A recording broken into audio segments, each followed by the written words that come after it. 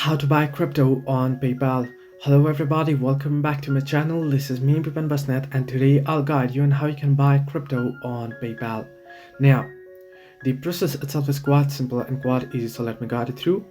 If you open up your PayPal and you are logged into your account, and make sure that you have verified your account. In my case, my account isn't verified, as you can see, but if you are verified, you'll get a different option that says crypto as well. In my case, it's not here because I'm not verified, but on that crypto tab, you want to tap on the crypto tab there, and you want to select a particular crypto that you wish to buy. Once you select a particular crypto that you wish to buy, you'll get their buy option. You want to tap on buy and go ahead with the prompts and other options or there that will show up, and you want to go ahead and submit in the details and you'll be able to buy it. So this way you can easily buy crypto on PayPal. Hope this helped you. Do like and subscribe, and do not forget to leave a comment down below if you have any further issues.